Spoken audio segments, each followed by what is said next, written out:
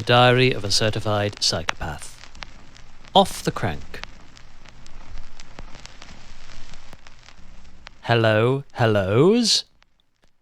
One final and purposefully paced whip round to grab and bag the last supposedly hand-assorted box of strictly celebratory provisions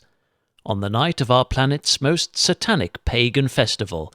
including that one which preaches peace and goodwill to all true lovers of coniferous evergreens, organic mince pies, mulled vintage Merlot, presents with high-capacity lithium-ion batteries included, char-grilled chestnuts, and bamboo stockings stuffed with a variety of luxury soap bars, premium perfume sets, and fresh citric fruits, to disguise the pungent aroma of slow-roasted tofu turkey. That's right, folks. For all of its sacred traditions, and a narrative that epitomizes the divine essence of its underlying religion, Christmas's demonic origins are more deeply rooted than the Elf King's throne. Negotiating the intricate network of shady streets, darkened alleys, and stone-cold dead ends of your neighbourhood's most charted chomping ground becomes an ever trickier task, not only whilst rooting out which of these squiggly detours provides adequate shelter from Screaming Lord South's next blustery barrage,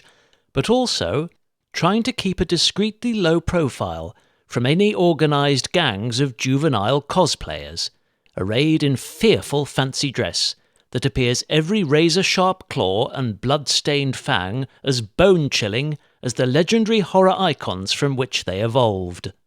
Whether monsters who prey upon mortal flesh, masked killers clashing hooks, hatchets and machetes in gruesome competitions to amass the highest body counts on overly liberal college campuses, or mythical creatures invoked by occult rituals to wreak vengeful havoc upon their misguided summoners, all were as frighteningly authentic as Victor Frankenstein's autograph.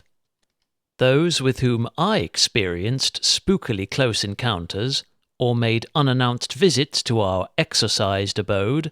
were prepared to accept sweet bribes in return for sparing their unwitting victims from a broadening repertoire of devious pranks, including scattered ectoplasm showers, unpleasantly sticky handshakes, eyefuls of cotton candy cobwebs, firecrackers loud enough to scare Baba Yaga's cat up her tallest broomstick, and sulphurous smoke bombs more potent than the tear gas grenades employed by riot police to subdue graffiti artists.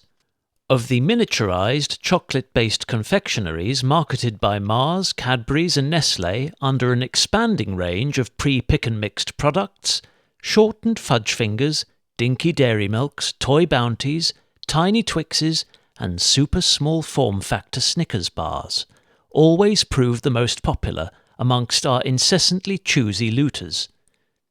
Meaning supplies are depleted well before the movable witching hour, leaving either the less favoured midget Milky Ways, dwarf galaxies and compact crunchy bars for the second and typically older wave of hungry debt collectors, or healthy alternatives that enslaved parents are always mindful to gently recommend. Somewhat predictably, neither Dracula, Pennywise the Clown, or Fred Flintstone tend to include underripe bananas or a juicy Granny Smith as part of their high-protein diet, even if they provide far more hunting energy than a steak and liver pancake. The damp day after, the soaked eve before, drizzly dust motes danced beneath the incandescent gaze of street lamps lining Middle Road, making me soften my pedal strokes during several unseated sloth-twitch sprints down its fragmented cycle paths for fear of sudden and catastrophic traction loss. Some yards ahead, I spotted a lone fellow revolutionist, piloting what appeared, by my unaccustomed eyes, to be a vintage Pashley princess, fitted with two large rear panniers and an oversized beer crate on its luggage rack. Together, these spacious enclosures would have comfortably accommodated several portable minibars, a vertically challenged track pump, one dynamo-powered defibrillator, and at least a third of the discounted big brand footwear at our town's soon-to-be-forever closed original factory shop. As I drew nearer this eccentric figure, I noted their hand-built bone shaker's sturdy steel frame bore one of its originator's signature bottle green paint schemes that clashed violently with their bright orange pom-pom hat, from under which tumbled a veritable lion's train of peroxide blonde hair,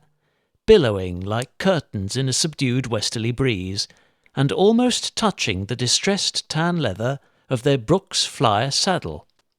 When clouds of oddly fragrant smoke began drifting backwards and further impeding my vision, I became spooked enough to dart left and take a detour around Adelaide Square, rather than risk cruising past and complimenting this self-propelled pilgrim's taste in classic transport, only to then be offered a free sample of something I'd have to politely decline. Adelaide Square should not, under any circumstances, be confused with its namesake city, situated on Australia's sun-soaked southern coast,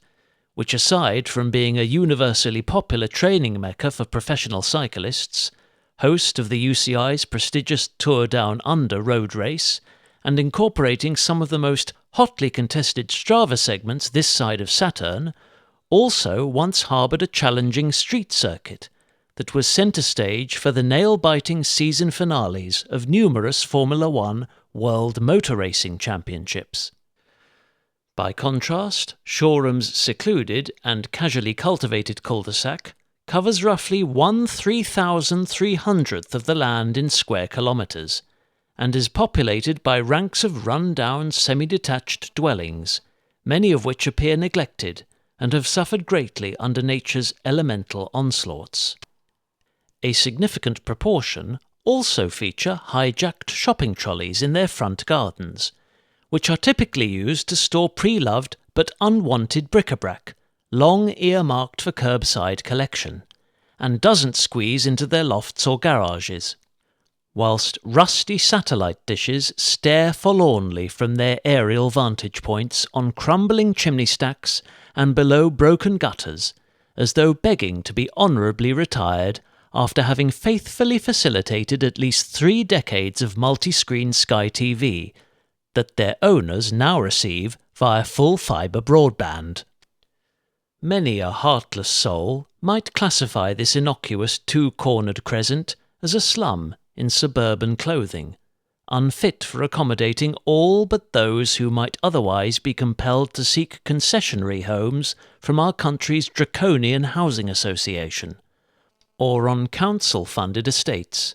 and whose professional and personal aspirations don't extend too far outside their pebble-dashed perimeters. Notwithstanding such objective criticisms, I find it curiously appealing, and would sooner take up residence there than accept Microsoft's free upgrade to Windows 11.